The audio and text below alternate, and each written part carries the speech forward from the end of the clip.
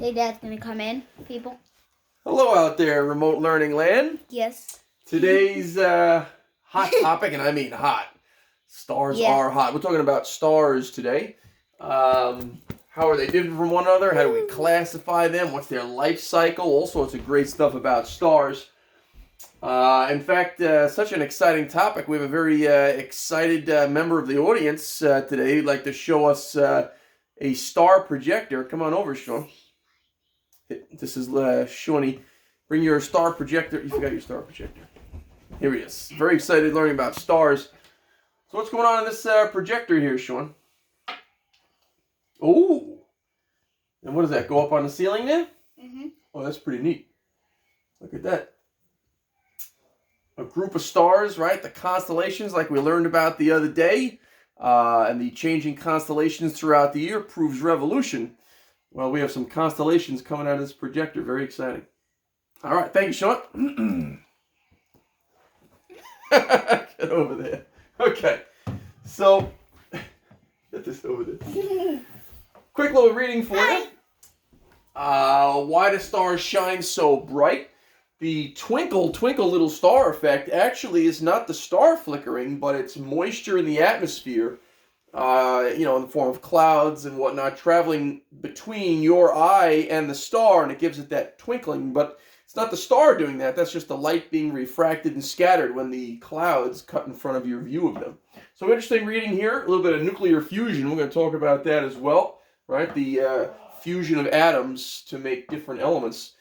So why do stars shine so bright? Well, you got to remember, they are enormous balls of gas that have so much mass, gravity forces atoms together and ignites them in that nuclear explosion, right? It's a fusion reaction, and it releases tons and tons of light and tons of heat, and it makes them, of course, extremely bright, okay? And there it is, nuclear fusion, right? Lighter atoms being fused to form heavier ones. The whole periodic table is the result of nuclear fusion, all right? Our sun is in the process of combining hydrogens, and if you do that, you create helium, right? Helium is a little heavier than hydrogen, plus you release a truckload of energy, right? In the form of light, heat, ultraviolet energy, gamma, all sorts of energy on the electromagnetic spectrum. Okay, this clip here is pretty wild. It gives you a pretty good example of just how big the stars are, right? The sun is enormous compared to our planets, but it's just a little peanut compared to some of these other stars. Check it out. Hi again.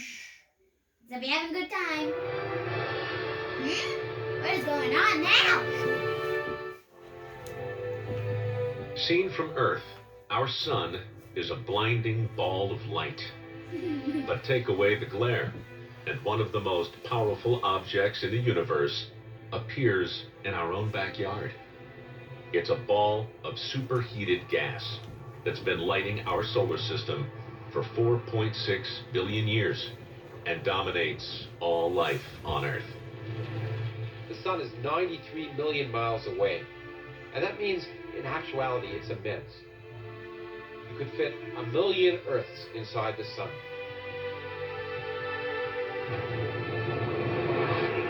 That's the Earth compared to the sun. It's nearly 1 million miles in diameter. Yet our sun is tiny compared to the really big stars out there. Look at that. Eta Carinae, over 5 million times larger than our sun.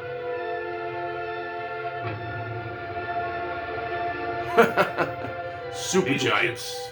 300 times larger than Eta Carinae. If it was our sun, it would reach as far out as Jupiter. And then there's this monster, VY Canis Majoris, the largest star ever discovered. 1 billion times bigger than our sun. Amazing, folks. Amazing how big these stars are, but they appear so small because they're so far away. All right? This chart tries to organize them to help you understand one star compared to another as far as temperature, color, all that good stuff. The name is the Hertzsprung-Russell diagram. Those are the scientists that came up with it. And you'll notice that our sun is here, and every star on here is compared to the sun because we know it best. So, for example, the sun, if you look at luminosity, that's brightness, the sun is as bright as itself. It's a 1. But if you look at a star, say, oh, I don't know, Polaris, right, the North Star, well, that's about 5 or so thousand times brighter than the sun. Look at temperature. Our sun is roughly at the surface about 6,000 degrees. But compare that to, say, I don't know, Regal. No, 1,000 degrees. Regal's 10,000 degrees. And remember, that's at the surface. If you go inside, the core of the star is way hotter than that. Okay? And then, of course, there's colors on the bottom as well.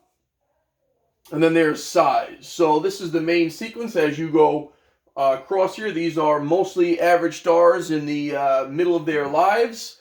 Then there's the giants, the supergiants, and then there's the white dwarfs. These are the older stars. Right when it gets to a dwarf stage, they're older.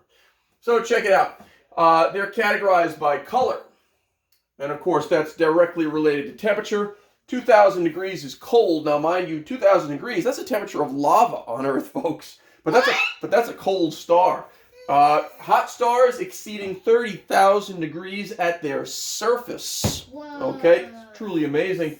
Then you go for your colors, right? The classic rainbow, Roy G. Biv. Red, orange, yellow, green, blue, indigo, violet.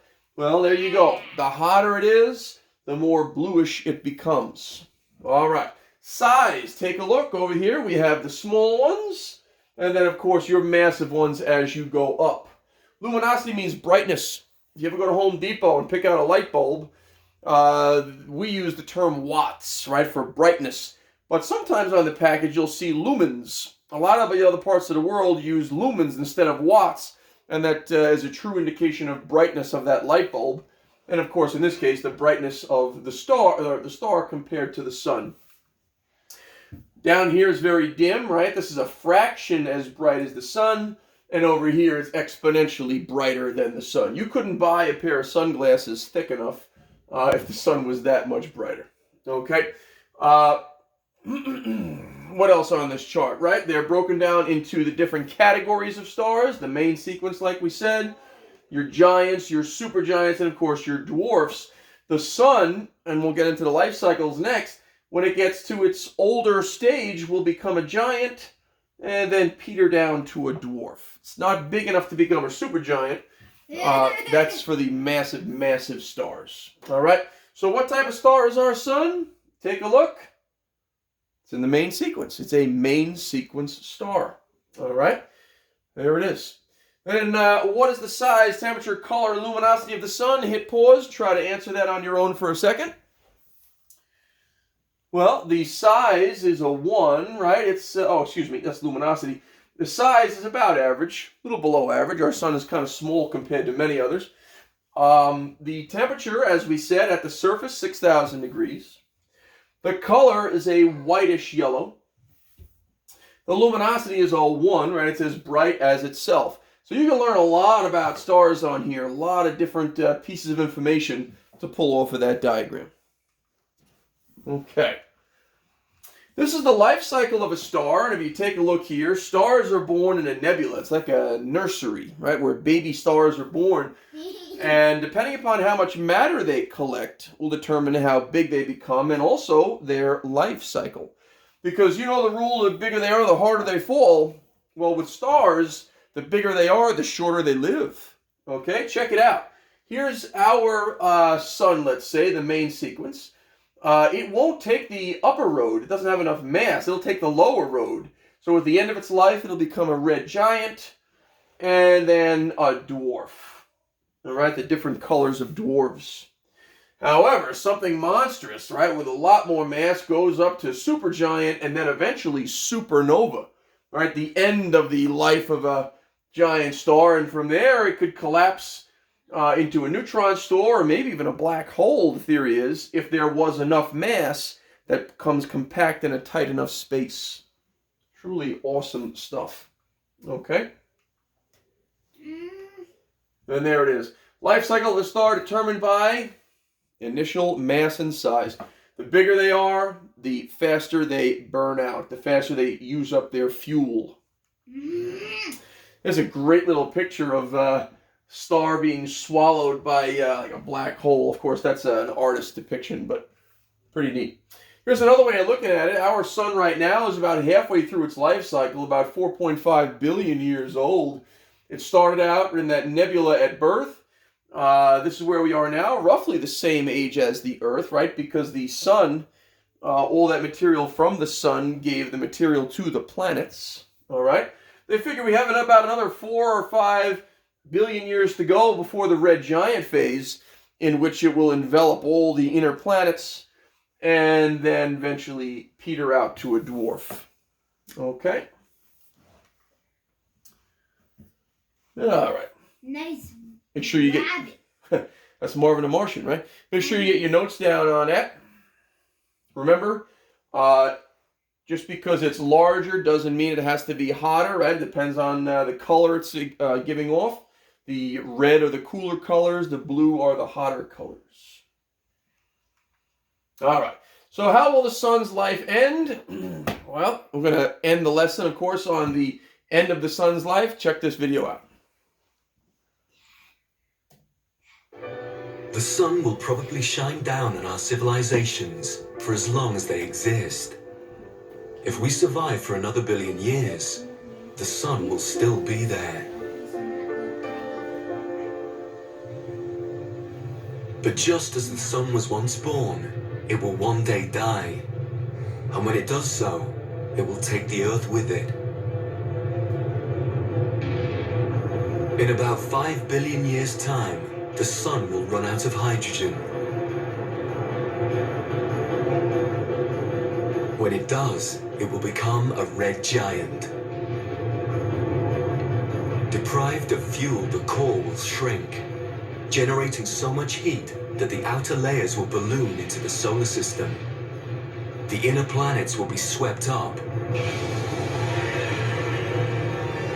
It may even swallow the Earth.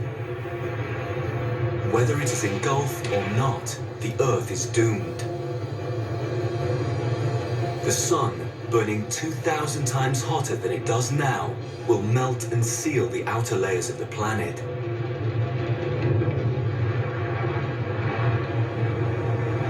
Then suddenly, the sun will stop burning. Will we die? As the remains of the solar system is plunged into darkness, the sun's core will collapse, and with its last gasp, it will blow its remaining shroud of gas into space. It will be forever night.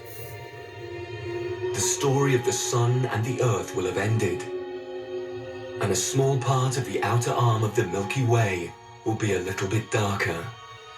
There's your Milky Way spiral-shaped But around galaxy. it, in the rest of the universe, the same story will be being told by a billion other small, insignificant stars twinkling in the vastness of space. Truly, truly amazing, folks. Very humbling, very jaw-dropping if you really take that stuff in. The scale of the universe is just immense, right? And Earth is this monster planet to us, but in the big scheme of things, it's like just a speck of dust in the universe. Woo! Will that ever happen? Yeah, that'll happen, but way in the distant future, probably 4 to 5 billion years away. So don't lose any sleep tonight, folks. All right, crank out some of these questions. We'll go through them when you're ready. Meet you back in the meet.